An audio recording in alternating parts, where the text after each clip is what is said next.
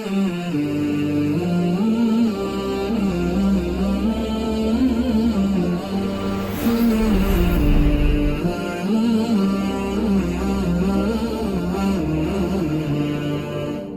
الله الرحمن الرحيم. الحمد لله رب العالمين، والصلاة والسلام على سيدنا وحبيبنا محمد وعلى آله وأصحابه أجمعين. خۆشەویستانم، دوێنێ لە خزمەت فەرموودەیەکی پێغەمبەر بووین صلی الله عليه وسلم، سەروەرمان سەلات و سەلامی خوای پەروەردگاری لەسەر بێ فەرمووی ئینەمە الدونیا لئەربعەة نەفەرین. بزانن تەواوی خەڵکی سەرزەوی پۆلیان دەکرێن بۆ 4 جۆر. باسی جۆری یەکەممان کرد، بەڵام لەبەر گرنگی ئەو باسە ئەم شەو زیاتر تیشکی دەخەمە سەر هەر بەشی یەکەم لەو پۆلێنانەی کە خەڵکی بۆ پۆلێن کراوە. یەکەمیان عەبدین ڕەزەقەه الله مالا وعیلما، بەندەیەکی خوای پەروەردگارە، کەسێکە کە دووشتی پێبەخشراوە، ماڵ و سەروەت و سامانێکی کیفایەتی ژیانی خۆی بە تێر و تەسەلی بژی و خێر و خێراتی لێ بکە، وعیلما. دکتۆر یوسف قەرزاوی لە کتێبی النیەة والإخلاص لە لاپەڕەی 21 دەفەرمێ علم يعني البصيرة والمعرفة الراسخة التي تتميز بها الأشياء. دەفەرمێ علم مانای ئەوە نییە علومی شەرعی فێربوو بێ، کتێبە فیقهیەکانی بواری مامەڵەی هەمووی خوێندە بێ. خۆ ئەگەر کەسێک ماڵ و سەرۆت و سامانی هەبێ و علومی شەرعیشی لەگەڵ بزانێ، ئەوە نووری عەلا نوورە. بەڵام ئایا خوای پەروەردگار ئەو تەکلیفەی خستۆتە سەر شانی هەمومان؟ یان ئایا هەموو کەس ئەو توانایی هەیە فێری هەموو زانستە شەرعیەکانی بواری کڕین و فرۆشتن بێ؟ بەتەئکید نەخێر. بەڵام ئەو عیلمە بریتیە لە بەرچاوڕوونی، بریتیە لە بەسیرەت. ئێمە لە زنجیرە باسی بڕوانەدا دەڵین بڕوانە، بەڵام بینینی سەر نا، بینینی دڵ. بینینێک کە خوای پەروەردگاری خۆت بە دوو شت بناسی، ئەم زانستەت پێ بێ. ئەمە هەموو کەس خوای گەورە پێ بەخشیوە ئەگەر خۆی لە خۆی تێک نەدا. یەکەمیان ئەو عیلمە بریتی بێ لەوەی تەئکید بی و یەقینی تەواو لە ناخی دڵەوە هەبێ ئەو ماڵەی هەتە هی خوای پەروەردگارە، خۆشت هی خوای، ئەمانەتیشە بەدەستی تۆوە. خوای پەروەردگار لە سوڕەتی ئالی عیمران ئاەتی 26 دەفەرمێ قل اللهم مالك الملك تؤتي الملك من تشاء وتنزع الملك ممن تشاء وتعز من تشاء وتذل من تشاء بيدك الخير إنك على كل شيء قدير. أي محمد صلى الله عليه وسلم پیان بڵێ پەروەردگاری ئێمە، خوای ئێمە ئەو پەروەردگارەیە کە مڵک و سەروەت و سامان هەرچی سوود بە مرۆڤ دەگەیەنێ پەروەردگار دەیبەخشێ، و ئەگەر مەیلیشی لێبوو قابیلن نەبوو لێت وەردەگرێتەوە. هەر خوایە کە ئەڵڵایە سوبحانەه وتەعالا کەسانێک سەربەرز دەکا، کەسانێک بەرز دەکاتەوە، کەسانێکیش دێنێتە خوارەوە، کەسانێک زەلیل دەبن، کەسانێک عەزیز دەبن. بیەدیکە الخەیر، هەرچی خێر و چاکەیە بەدەستی پەروەردگارە، باسی شەڕ نادرێتە پاڵخوا. وەکو لە صحیحی مسلمە بە ژمارە فەرموودەی 771 هاتووە دەفەرمێ پێغەمبەری خوا صلی الله عليه وسلم دەیفەرموو الخەیر كله في يديك والشر ليس إليك. خوایە هەرچی خێرە لە تۆوەیە، بەڵام هیچ شەڕێک پاڵ نادرێتە لای خوای پەروەردگار. خوای پەروەردگار دوورە لە هەموو شەڕ و لە هەموو نەقسێک. کەواتە هەر شتێک کەوا هەتە یەکەم شت عیلمەکە ئەوەیە بە هی خوای بزانی. ماڵە، زانستە، پێگەیە، پلەیە، جوانیە، زیرەکیە، دەنگ خۆشیە، ڕووخۆشیە، هەمووی حەدیثەکە فەرمووی ڕەزەقەه الله، خودای گەورە پێی بەخشیوی. هەمووی بە هی خوا بزانە، نەچی پاڵی بدەیتە لای خۆت. ئەو کەسەی کە ماڵی هەیە ئەمەشی لەگەڵا دەزانێ. و عیلمە، بەشی یەکەم باڵی یەکەمی عیلم ئەوەیە خوای پەروەردگار هەمووی هی تۆیە. هەرچی هۆکاری کاسبێ بیگرە بەر، هەرچی هۆکاری خوێندنە بیگرە بەر، هەموو فەنەکان فێر بە، بەڵام یەقینت هەبێ بەبێ هاوکاری کردنی خوا بۆت هیچت پێ ناکرێ، ئەو ئیمانت دەبێت لە دڵە. ئەوە عەقیدەیە، ئەو عەقیدەیەت خەلەلی تێدا بێ هیچ شتێکی تر سوودت پێ ناگەیەنێ. هەموو هۆکارەکان بگرە بەر، یەقینیشت هەبێ بەبێ ئیزنی ئەڵڵاه ئیمزای ئەوی لەسەر نەبێ هیچ کارێک ناڕوە. دکتۆر نابلوسی لە مەوسوعەی ئەسما الله الحوسنادا لە ناوی پیرۆزی ئەلقابیضە لە مەوسوعەیەک بەرگەکەیە لە لاپەڕەی 1970 دەفەرمێ دیارە خوێندکارێک بۆی باس کردەوەتی تەلەبەیەکی مەغرور بووم زۆر بەخۆم دەنازی بە زانستمە تەنانەت ئەو ئیمتیحانەی بۆی چوومە ژوورەوە دیارە لە بەشی مێژوو خوێندوویەتی هەد ئەسڵەن حیسابم بۆ نەدەکرد ئەو کتێبەم لە مامۆستا باشتر دەزانی دەمتوانی لە پۆلا بیڵێمەوە لە محاضەرەی زانکۆیە بیڵێمەوە ئەوەندە بە لە خۆڕادیوی چوومە پۆلە و ئیمتیحانەوە تەنانەت بیسمیللام بۆ نەکرد ئەموو تەواو پرسیارەکان خوا بخوام بێتە پێشەوە هەر لە یەکەم پرسیارە مێشکم بەنج بوو جار هەیە پەروەردگار بە ئاگامان دێنێتەوە دەستێک لێدا وریابە تۆ زۆر لەوە لاوازتری کە خۆت دەبینی ئەوە نی ئاگادار بە ئەڵێ پرسیارەکە ئەوە بوو پرسیارێکمان بۆ هاتەوە لەبارەی مؤتەمەر کۆنگرەی بەرلینەوە لە مێژوودا باسی ئەوە کرا ئەم کۆنگرەیە کە لە بەرلین گیراوە باسی چی تێدا کراوە و خاڵەکانی چی بوون و چی تێدا پێشنیار کرا ئەڵێ یەک دانە سعاتی ڕێک مێشکم وای ئیمتیحان خەریب و تەواو بێ بەس لەسەر ئەوە بوو باشە مؤتەمەرەکە دەبێت لەکوێ گیرابێ خۆ پرسیارەکە نووسراوە ئەڵێ ئەو مؤتەمەرەی لە بەرلین گیراوە کۆنگرەی بەرلین من یەک سعات ئیمتیحان تێپەڕی بوو مێشکم هێشتا بە ئاگا نەداهاتەوە خوا دەبێ ئەو کۆنگرەی باسی کام کۆنگرە بێ هیچ شوێ بێ ئەوە لەبەر چاوم نووسراوە بەرلین من ئەوەم نەدەبینی سوبحان الله بۆیە خوای پەروەردگار بە ئاگای هێنامەوە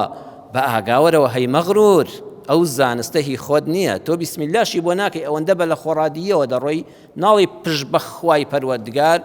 ئەوە لەبەر چاوتە وشە بە وشە دەیخوێنیەوانێ مێشکت ئەو کەلیمەیە نابینە بەرلینەکە نابینێ یەک سعاتی کاتم بڕۆی زۆرێک دەرەجەم لێشکا لە سەوەی نەمدەزانی مؤتەمەرەکە لەژێ گیراوە لەبەر چاویشم نووسرا بوو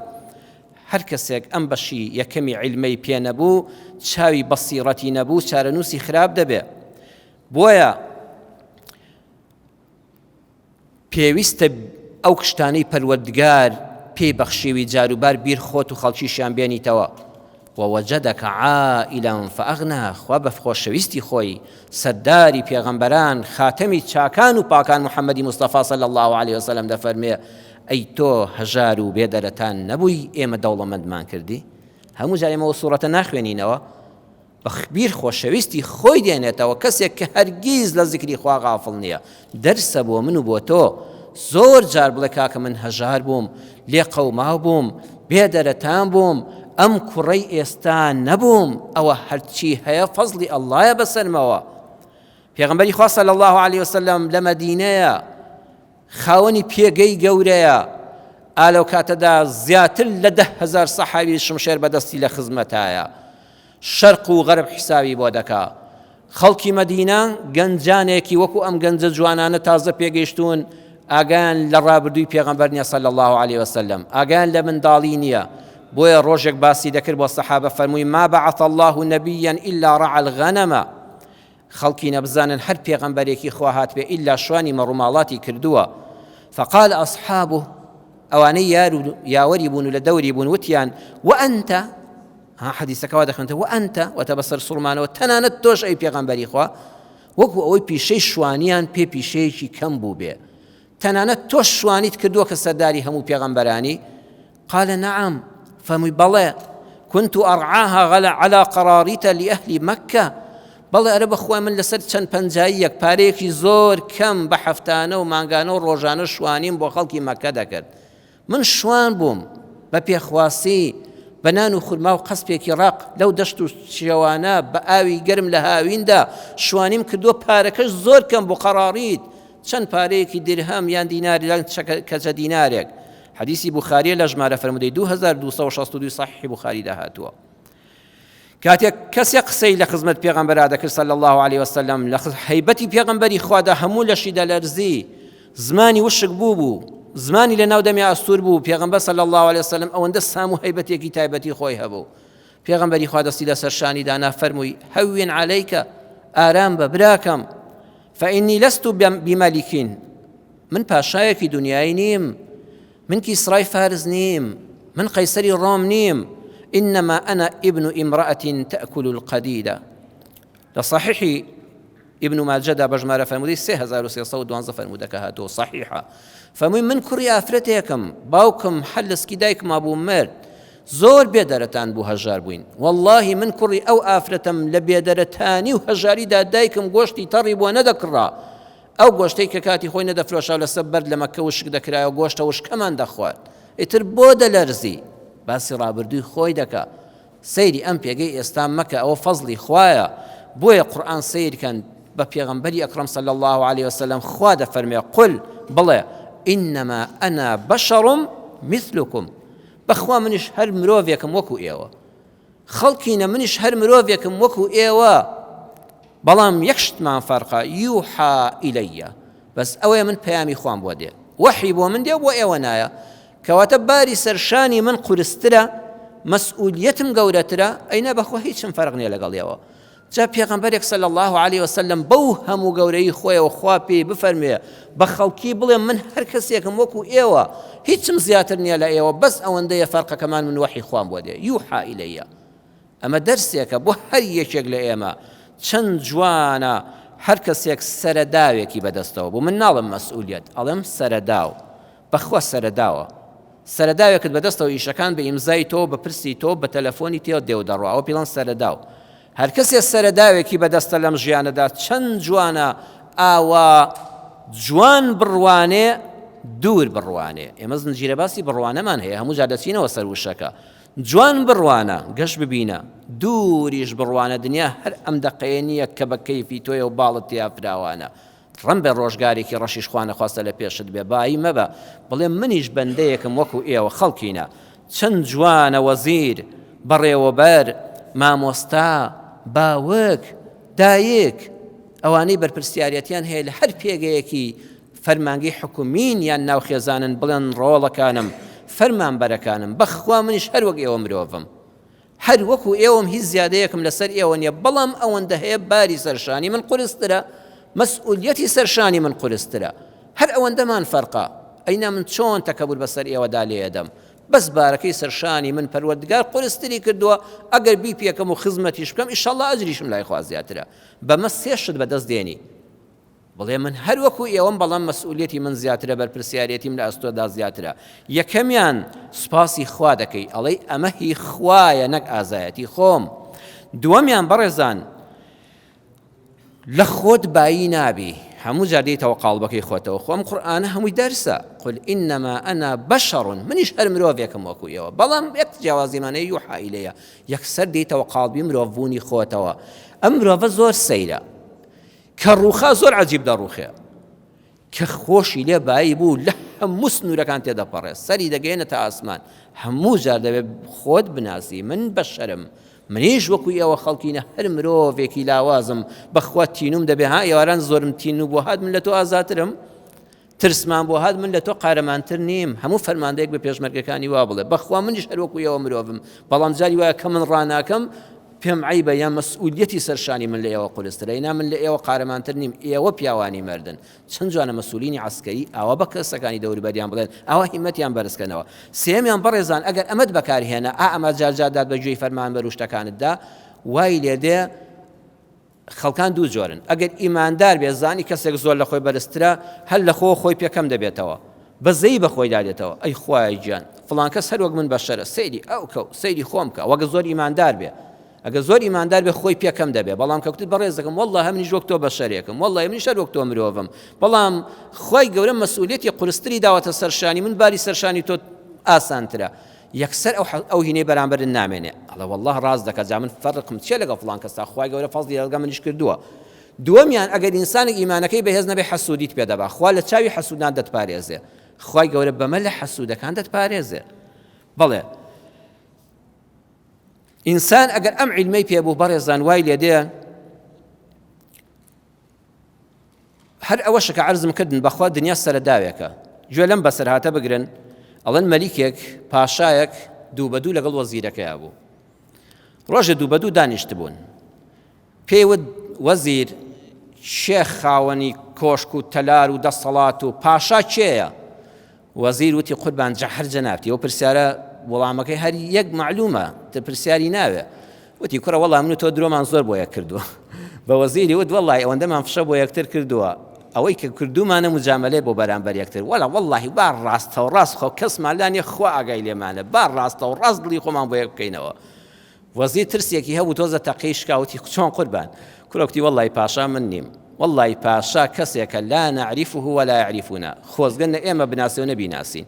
نە ئیشی پێمان بێ و نە ئیشمان پێ بێ خەریکی کاسبی خۆی بێ بەس سێشتت هەبێ پاشای وەڵڵاهی من بۆ خۆم ناڕەحەتم لەم پۆستەی کە تێیام بەس سێشتت هەبێ لە دنیادا پاشا ئەو کەسەیە لێ حاڵی بوو ئاخ پلەی بڕی بوو ئەمجا جوان جوان سەرەداوەکە تێگەیشت بوو بەخوا بەس باری من قورسترە وتی بەیتون یوئیه خۆزگە ماڵەکەت هەبێ نەچێ دەرگان ماڵی خۆت کە خۆشە هەمووی ئەواران چوویتەوە دەرگای مەدخەلەکەت ماچکە بەس ئەوەی بێ ماڵە دەزانێت ماڵ چە بەرەکەتێکە ماڵی خۆت ئەگەر یەک هۆ دەبێ ئەزانی چەند سەربەرزی لەکوێ دانیشی وتی وەڵڵاهی لەو کۆشک و وەزارەتەیە 100 چاول لەسەرە نازانم چۆن دانیشم چۆن ئاوێک خۆمەوە بەس لە ماڵی خۆتا پاشای ماڵێک هەبێ کاملهی خۆت بێ بەت ئیسراحەتی خوات تیا دانیشی دووەمیشیان وەریزق یەکفیه ڕزقێکت هەبێ ڕزقت سوار نەبێ ئەوەندەت هەبێ بە مرتاحی پێی بژی و خێر و خێراتی لێ بکەی وەزەوجەتون تورضیه ژنێکیشت هەبێ لێ ڕازی بی وات خزمەت بکە کە دڵت ڕازی بکە لە هەموو بوارەکاندا وەڵڵاهی ئەوە پاشایەتی ئەینا ئەوەی تۆ وەزیر کە ئێمە درۆ بۆ یەک دەکەین بەخوا ئەو کەسە قازانجێتی کە نە من دەناسێ و نە تۆ نە ئیشی پێمان و نە ئیشمان پێێتی وەڵڵاهی واقعان بەڕێزان دنیا وایە مالەن هەر پارە ناگرێتەوە یعنی هەرچی چاکەی پێ دەست بخرێ شانازی پێوە بکرێ خراپەشی پێ بکرێ ماڵە جاری وا هەیە ئەوە زانستە جاری وا هەیە ئازایەتیە جاری وا هەیە منداڵە بۆیە وریا بە منداڵەکانتەوە نەنازی بەڕێزم چەند کوڕت هەیە و فڵان کەس چەند کچی هەیە فڵان هەر منداڵی نابێ و من ئەوەندە کوڕم هەیە بڵێ یەهەب لمن یەشاء ئیناث ویهب لمن یەشاء الذکور هەدیەی خوایە پەروەردگار بە هەدیە دەیبەخشێ ئەگەر مسلمان بی قورئان بخوێنیەوە گوێی بۆ بگرە تێی بگە بڕوانە خوا دەفەرمێ باسی مناڵەکانت نەکەی بەخوا هیوایە شانازی بە کوڕیشەوە دەکا ئەو بۆ فڵان کەس هەر کچی دەبێ وەکو داماوە بەدەستی خۆی بێ هەر کچی ببێ یان بۆ هەر کوڕی نابێ ئەو هەر کوڕیان دەبێ و بۆ کچی نابێ ئەو بۆ هەردوو مناڵی هەیە بۆ شەشی نییە ئەو بۆ فڵان کەس دە کوڕی هەیە ئەگەر قورئان بخوێنیتەوە ئەمانە واز لێ دێنی ئەوە بەس کاری ئەڵڵایە دەست لە کاری ئەڵڵا نەدەی خەتەرە بەڕێزم دوای ژیانت دەکەوێتە خەتەرەوە هەر قورئان بخوێنەوە پێت ناڵێ پەروەردگار کە فەرمانی کرد لە مەریەمێکی بێ هاوسەر عیسا لەدایک دەبێ چیترت دەوێ ئەی هەر قورئان پێت ناڵێ لە پیاوێکی پیرە پیا و کەمووی ڕەش لەسەر و ڕیشیان نەمابوو وەکو زەکەریا لە ژنێک کە نەزۆک بوو بە هەموو پێوەری پزیشکی منداڵی نەدەبوو خۆی گەورەی حێ پێبەخشین نەتخوێندۆتەوە لە قورئانە بۆ خوا هیچ عاسەیەکی هەیە فەرمە ببە و ببەخشە و تەواو بۆیە دەستکاری ئەو شتانە نەکەی ئەوە عیلمن هەمووی خوایە تۆیە هەموو بوونی نەبوونی نەبەخشینیشی جۆرەکە لە بەخشین بەڵێ عیلمان یعنی دەڕوانی چارەنووسی ئەوانەی بە فرت و فێڵ ماڵ و سەرەت و سامان بەدەستێنن چیان لێ دێ یەک بەسەرهاتی جوانتان بۆ دەژێڕمەوە لە ناوی پیرۆزی ئەلجەبارە لە مەوسوعەی ئەسماء الله الحوسنادا هاتووە لە وڵاتی شام ڕوویداوە پیاوێک دەمرێ سەرەت و سامانێکی زۆری دەبێ قەدەری خوای گەورە کوڕە گەورەکەی دوای ئەوە چەند کچێک دەبێت کە فەقیرە بێدەسەڵاتن وەکو کوردەواری خۆمان لە هەموو شتێ بێ باش دەکردن دوای ئەوە منداڵە کوڕەکانی تر دەبن برای گەورە کە باوکی دەمرێ زیرەک و وریایە و ئەهلی بازاڕە و داوای روشتی دیوە ئەوانی کە منداڵی بچکۆلن کوڕەکان فەقیرە کچەکانیش هەر لە ماڵ دەداون هیچ ئاگان لە هیچ نییە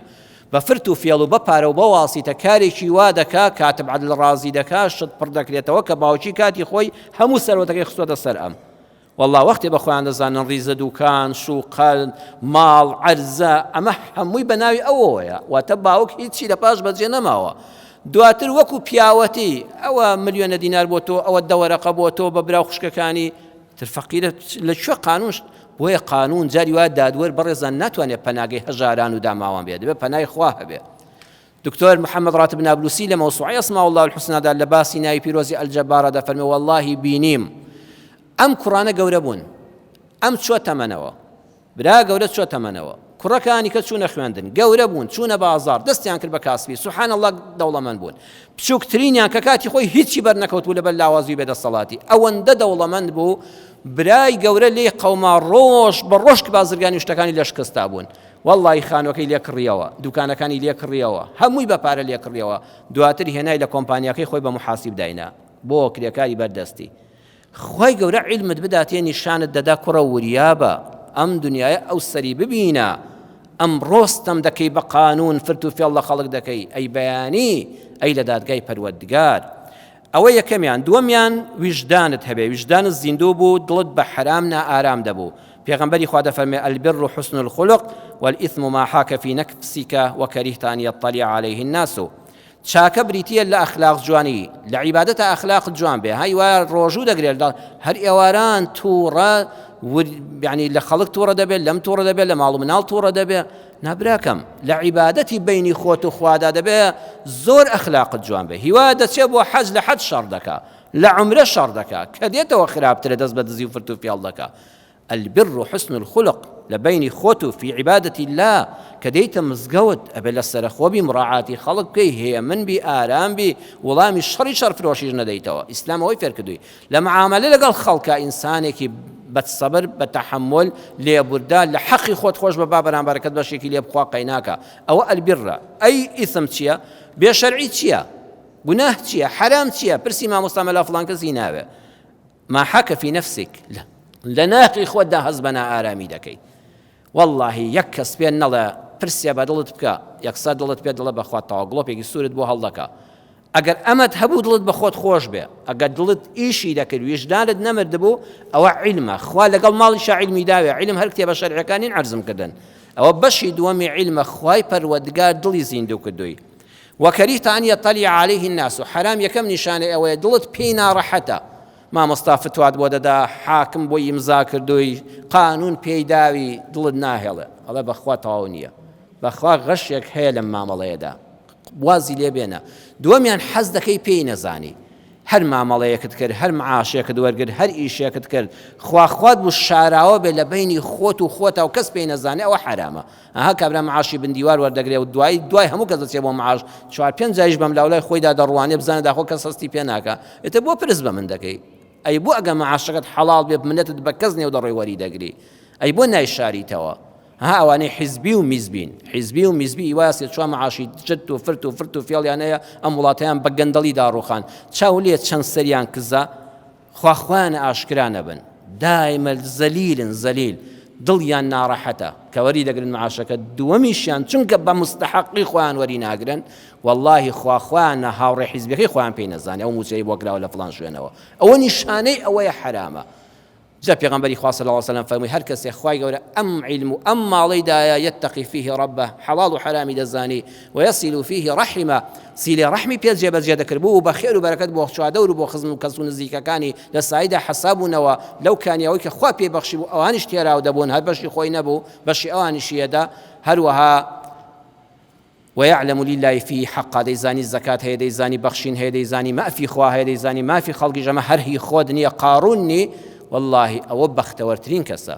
ئەوە سەرفرازە. قد أفلح من أسلم ورزق كفافا وقنعه الله بما آتاه. کۆتایی وتارەکەمان بەم فەرمودەی پێغەمبەری خوا دێنین صلی الله عليه وسلم کە لە صحیح مسلمە هاتووە، سەرفرازە ئەو کەسەی کە مسلمانە. الله چه بەختەوەری کەم ئیسلامەتیە. سەرفرازە ئەو کەسەی مسلمانە لە ڕووی عەقیدە و بیر و باوەڕ و مشریک و کافر نییە. دووەمیان وەروزیقە کەفافەن، خوا هێندەی ڕزق و ڕۆزی پێبەخشیوە لە خۆی زیادە دەبەخشێ و وەرناگرێ الحەمدولله. سێمیان دوای هەوڵ و تێکۆشانێکی جدی بۆ بەدەستهێنانی ماڵی حەڵاڵ، خوای گەورە قەناعەتیشی خستووەتە دڵەوە، چاوی تێرە، بەرچاو تێرە، دەرونی تێرە. ئەوە سەرفرازترین کەسی سەر ئەم زەویەیە. خوای گەورە ڕەحم بە منیش و بە ئێوەش و بە سەرجەم ئیمانداران بکە، لەسەرەمی ئیسلامەتیەدا مەزراومان کە، ڕزقی حەڵاڵی زۆرمان پێ بدا، محتاجی دەستی نامەردانمان نەکە، قەناعەتیشمان پێ بدا. دوای ئەوەی هەوڵ و تێکۆشانمان کرد، قەناعەتمان هەبێ بەو بەشەی پەروەردگار پێداوین و ژیانێکی خۆشی پێ بەسەربەرین و قیامەتی خۆمانی پێ ئاوەدان بکەینەوە. وصلى الله على سيدنا محمد وآخر دعوانا الحمد لله رب العالمين والسلام عليكم ورحمة الله وبركاته.